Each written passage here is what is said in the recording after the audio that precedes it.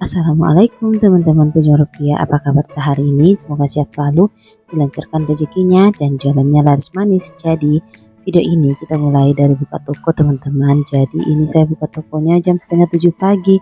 Di sini saya ditemani si kembar saya.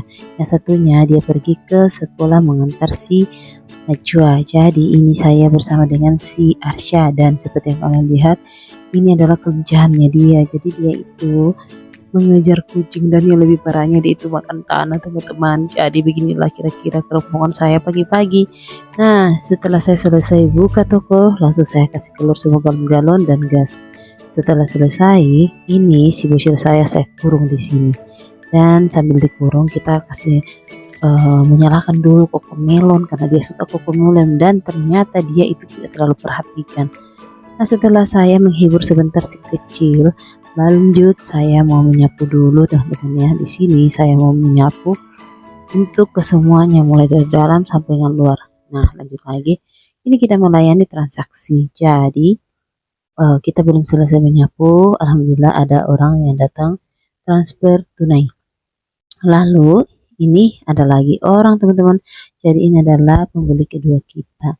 Nah, lanjut lagi kita melakukan lagi transaksi. Kali ini kita melakukan transaksi tarik tunai. Pagi-pagi itu banyak orang yang menarik tunai teman-teman. Nah, lanjut lagi kita mengecek si bocil, dan ternyata bocilnya lagi anteng-anteng, dan kita melanjutkan lagi pekerjaan kita yaitu menyapu bagian halaman. Jadi kalau pagi-pagi itu sampah berserakan di mana-mana. Kenapa? Karena tadi malam itu banyak orang yang nongkrong di sini, jadi otomatis sampah berserakan di mana-mana. Nah, lanjut lagi kita kasih menyala kulkas. Ini adalah freezer, dan setiap malam itu setelah tutup toko langsung kita matikan supaya menghemat lampunya maksudnya. Jadi setelah itu kita lanjut lagi mengecek lagi si bocil, dan ternyata sekarang dia sudah tidak tahan lagi sendiri. Dia pengennya mau keluar saja teman-teman ya, tidak mau lagi di dalam kandangnya ini. Nah, di sini kita bermain-main bersama dengan si kembar ini. Kasihan juga ya si kembar, nggak ada yang temani main. Kembarannya itu pergi mengantar anak sekolah. Nah, misalnya dia dikasih sama ini, otomatis mereka akan berkelahi. Jadi sama saja dengan bohong. Nah, di sini saya menghibur si kembar, dan seperti yang kalian lihat ini si kembar saya itu suka sekali menggigit. Entah kenapa apa yang terjadi di giginya sampai-sampai itu suka sekali menggigit. Nah, singkat cerita, ini sudah pulang mengantar anak sekolah, dan si kembarnya sudah berada di dalam rumah. Nah, lanjut lagi kita mau kasih makan. Jadi menunya hari ini yaitu ikan, sayur labu, dan nasi. Berhubung karena si kembar saya itu sudah 10 bulan, jadi kita kasihkan nasi. Nah, di sini sebelum saya kasih makan, saya dulu mencicipi apakah enak atau tidak. Nah, lalu kita kasih pindah satu-satu. Sebenarnya ini sangat melelahkan, tapi ya mau gimana lagi, ini adalah kewajiban kita. Nah, ini adalah keaktifan si kembar-kembar saya. Nah, kali ini si kembar saya ini lagi malas makan teman-teman ya. Jadi saya paksa-paksa saja, saya kasih air putih. Pokoknya seperti yang kalian lihat ini gayanya mereka berdua lagi makan, mereka lagi malas sarapan. Padahal mereka terakhir minum susu itu tadi subuh. Tapi nggak tahu kenapa hari ini mereka itu malas sekali makan, dan di sini saya mengakali saja, saya kasih air putih saja sedikit. Nah, setiap dia mau menganga, langsung saya kasih masuk itu nasinya. Dan seperti yang kalian lihat di sini, si kembar saya ini lagi nangis-nangis karena memang dia tidak mau makan. Jadi di sini kita kasih makannya hanya sedikit saja teman-teman ya. Oh, nggak bisa banyak karena itu pun sedikit. Itu saja harus dipaksakan sedikit demi sedikit. Jadi yang terjadi adalah ini adalah parenting yang luar biasa. Oh ya teman-teman, kalian jangan salpok sama barang-barang yang ada di belakang itu. Itu adalah dos-dos jualan saya. Sebenarnya dosnya itu harusnya menumput ke atas, tapi takutnya si kembar ini mau manjat-manjat, jadi kita pindahkan semuanya ke bagian depan. Nah, ini saya sementara kasih makan si kembar, ternyata ada orang yang mau ketemu saya, yaitu pelanggan juga dan sales juga. Lebih heboh kan teman-teman ya kalau misalnya kita jualan itu kayak begini, rempong sekali. Dan seperti kalian lihat ini anak saya super duper berantakan sekali bersama dengan rumahnya yang super duper berantakan juga. Tapi ya nggak, namanya juga anak-anak, nggak apa-apa lah. Lanjut lagi teman-teman, kita sudah selesai kasih makan. Lanjut lagi, ini saya sudah mandikan si kembar. Jadi kali ini dia hanya lap-lap basah saja karena berhubung dia itu lagi panas teman-temannya. Jadi kita lap-lap basah saja. Nah seperti yang kalian lihat, ini kita kasih baju, pakaikan baju dan ya beginilah kira-kira kalau punya anak laki-laki yang nggak mau diam. Jadi kalau kita pakaikan baju ini saya percepat saja itu lama sekali teman-teman ya.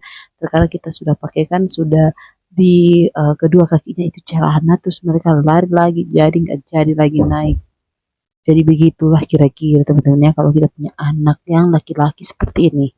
Nah setelah selesai ini laki-laki satu, lanjut kita ke perempuannya. Jadi kita gantikan gantian begitu teman-teman ya. Ya begitulah kita nikmati saja. Nah lanjut lagi ini sama ngecek dulu bagian belakangnya karena sudah digigit berkali-kali sama kembarannya. Nah di sini saya mau buka dulu bajunya. Ini si bocil-bocil yang perempuan. Nah yang laki-lakinya itu ada di bawah dia ke sana kemari. Nah lanjut lagi ini kita siapkan dulu air hangatnya. Jadi si kembaran saya itu saya pakaikan air hangat kalau mandi apalagi kalau pagi. Soalnya di sini itu lagi dingin banget. Jadi kami itu berada di Teraja, jadi otomatis suhu di sini lumayan dingin teman-teman ya. Apalagi kalau pagi-pagi begini. Jadi anak kecil itu harus dimandikan air hangat. Kalau enggak mereka akan menangis dan menangis.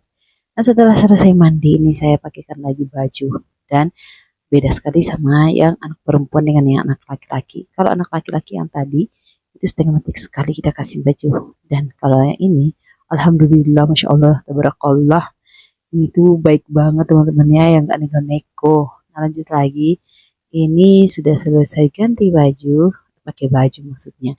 Kita kasih susu dan ternyata dia belum mau minum susu dan sepertinya dia itu mau main teman-temannya. Tapi biasanya mereka itu kalau pagi-pagi harus tidur, jadi saya biasakan mereka tertidur. Nah, di sini kita kasih tidur, jadi kita pakai ayun teman-teman ya. Pakai ayun sambil diayun sambil dikasih susu juga. Nanti kalau misalnya habis susunya, mereka langsung tertidur deh. Jadi nanti kalau misalnya habis susunya baru kita ambil dotnya, pas dotnya maksudnya. Nah, setelah mereka sudah tidur, lanjut lagi saya mau mengisi perut teman-temannya karena ini sudah jam 10. Jadi, jangan kalian serpuk sama saya cara saya yang makannya super duper rakus banget. Karena terus terang di sini itu sangat lapar sekali teman-teman ya. Coba bayangkan ini sudah jam 10. Harusnya kita itu sarapan paling lambat jam 9. Ini sudah jam 10. Perut kita itu sudah keroncongan sekali. Jadi saya ini percepat saja makannya begitu. Kan takutnya nanti kalau kita terlalu santai makan, nanti si bocil-bocil itu bangun lagi. Nah, kebetulan karena saya bersama dengan suami saya, jadi suami saya itu lagi jualan, jadi saya mengurus si bocil.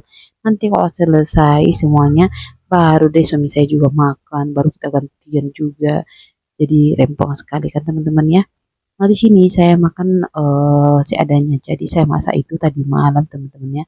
Jadi saya itu masak sebelum tidur. Jadi pas subuh-subuh anak saya yang mau pergi ke sekolah itu harus makan dulu, harus sarapan dulu sebelum pergi ke sekolah.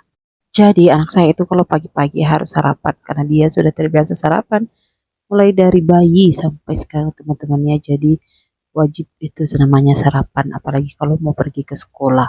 Karena pengalaman saya dulu kalau saya tidak sarapan itu pasti akan membuat saya jatuh pingsan di sekolah. Jadi saya mau menyuruh anak saya juga untuk sarapan setiap pagi. Nah lanjut lagi ini suami saya lagi jualan teman-temannya dan saya suruh dia pergi makan juga.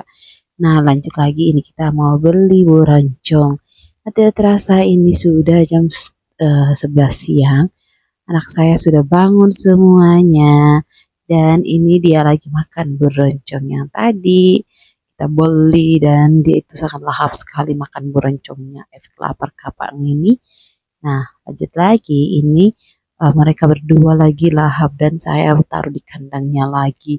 Kenapa saya bilang kandang? Karena ini memang dibookingkan khusus untuk mereka.